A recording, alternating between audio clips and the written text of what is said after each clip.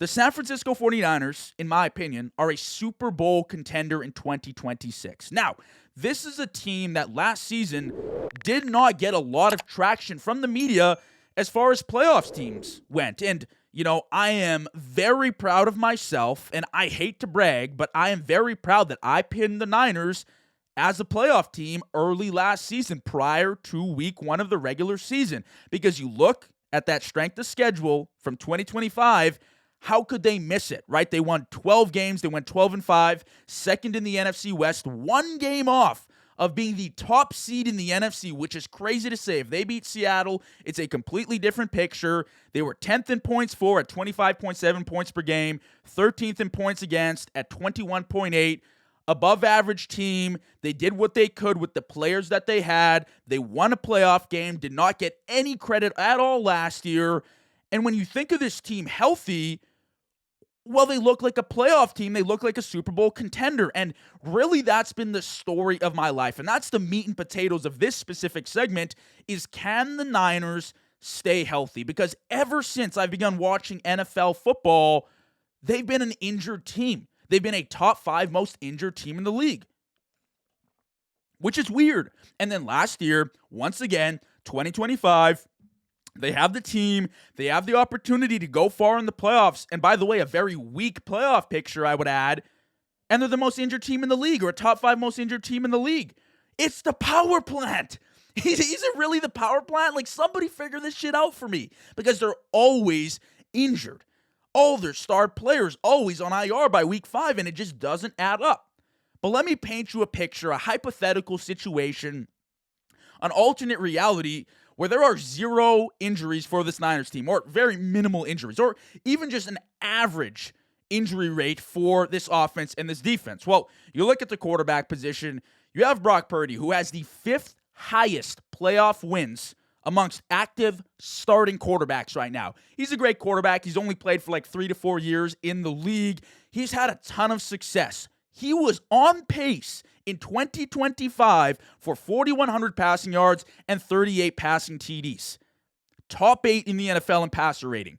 That's an incredible season. You could argue that's an all-pro level season. Definitely a Pro Bowl level season. This is a quarterback who has a 4,300-yard, 31 touchdown season under his belt where he led the NFL with an 113 passer rating on the season. That was 2023.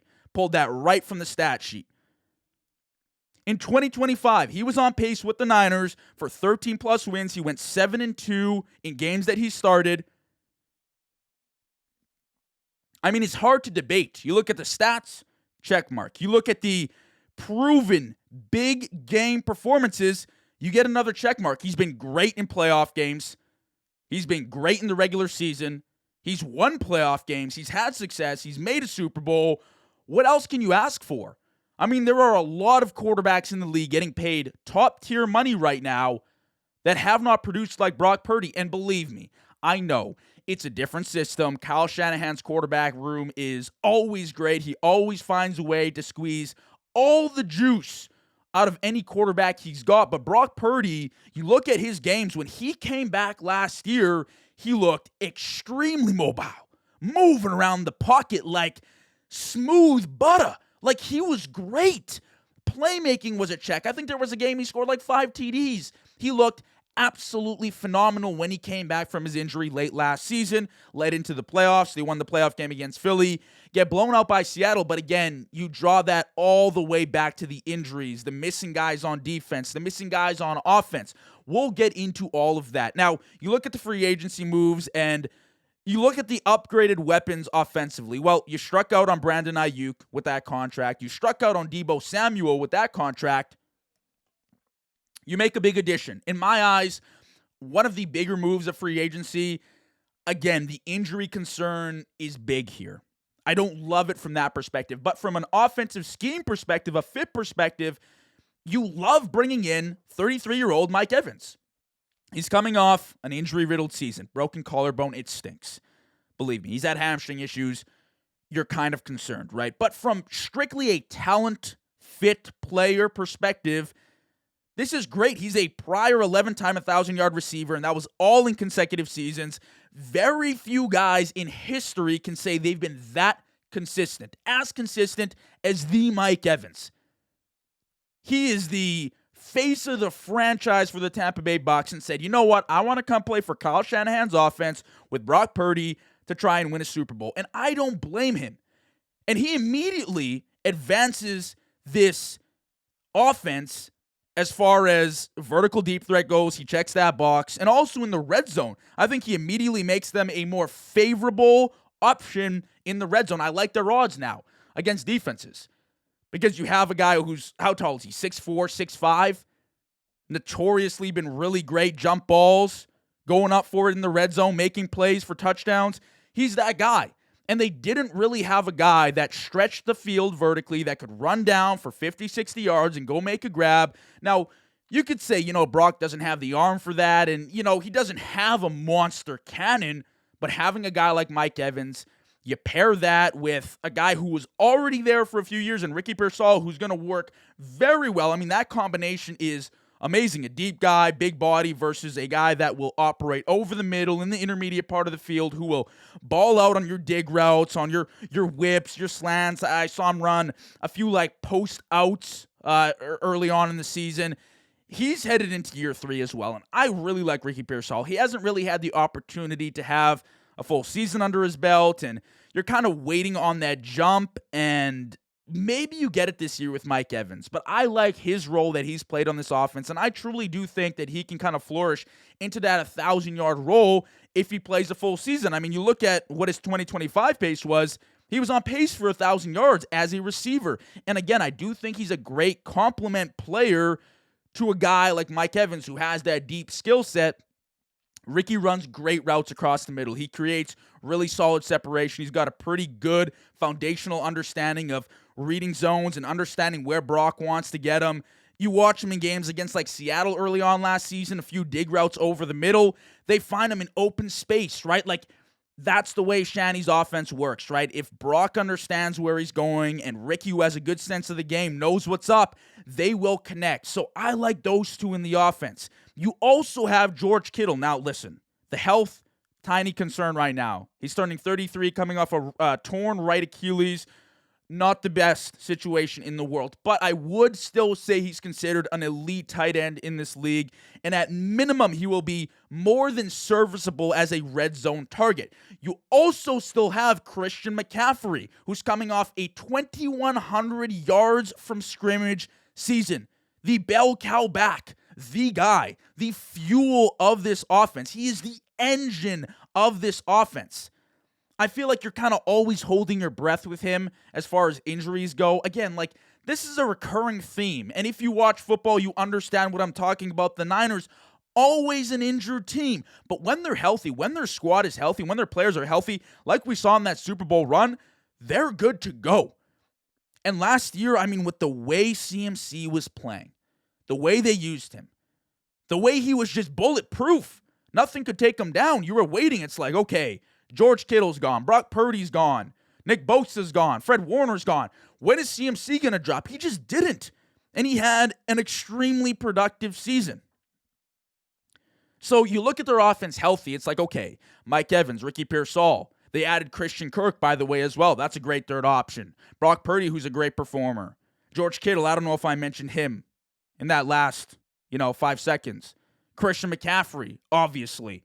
It's they have players. And by the way, Brock Purdy had one of the highest times to throw in the pocket last year at over 3 seconds, 3.15 seconds.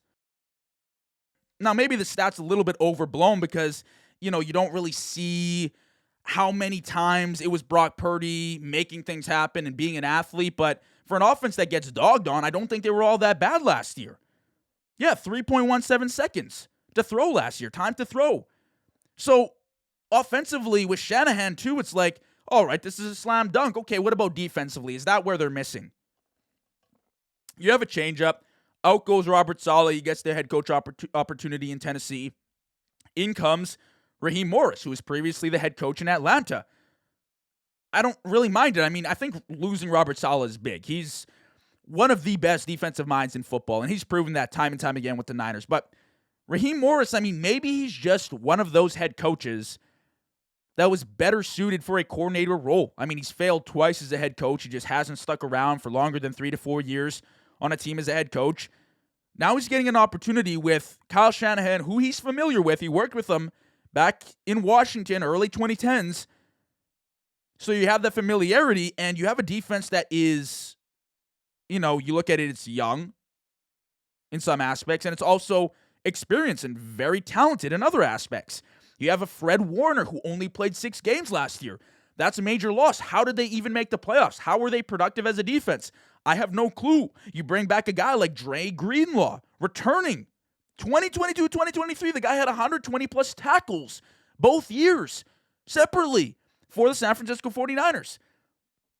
I was just recently listening to a Luke Kuechly podcast, or a clip of him talking about the combination of Fred Warner and Dre Greenlaw, and he said they're perfect. The pairing is perfect. Greenlaw is like your hammer, right? He's physically dominating. He is tough. He's hard-hitting. And then you have Warner, who sees the game, right? That's not to say Fred Warner doesn't hit hard, but he's an athletic specimen. Like, did you guys see the offseason training clips of him after his injury? He's hopping around like a ninja. I was like, well, what is this guy training for? Is he climbing the building beside the guy who did the Netflix doc? It's insane, right? So you have those two guys, and the 49ers, I calculated it, have won like nearly 70% of the games when they've both been healthy on the field. That's a slam dunk. And you also have, in my opinion, an underrated young secondary that's very talented and still developing, but they've been reworking that for years now. And one of the best pickups last year that I thought, post-draft was Upton Stout, and he played really well at the nickel position. Now, I've heard they're potentially moving him to the safety position. I don't really know exactly what's going on back there, but I do think that when you look at this defense healthy, the pieces they have, and I don't mind the addition of Raheem Morris, considering that Salah's out of the building, I think they'll at best, be a top 5 defense, but at minimum, they're going to be average. At average, like 15th, 14th, 13th. I think they're going to be great, as long as they're healthy, which is a big what if, and I get it. But this team, the talent they have, and again, the bottom line, the real take here is that I just trust the coaching. I trust Shanahan because I've seen it time and time again. He's a decorated head coach. He's one of the best play callers in the NFL. His system is quarterback proof. We've seen that time and time again. I think I trust the coaching with Shanahan and Raheem Morris now as the DC to go out there, and even if they have an injury or two to a star player, they'll be fine. It's just they can't lose the whole damn roster like they did last year. And even then, they made the playoffs and won a playoff game. So I'm pinning the Niners as one of my Super Bowl contenders for next year. Definitely not the team I'm picking right now as my Super Bowl favorite. But if they won, I wouldn't be stunned, let's say. I think they'll be in the playoff mix, absolutely. And then after that, I do think they win a few games and potentially contend for a Super Bowl late January, early February.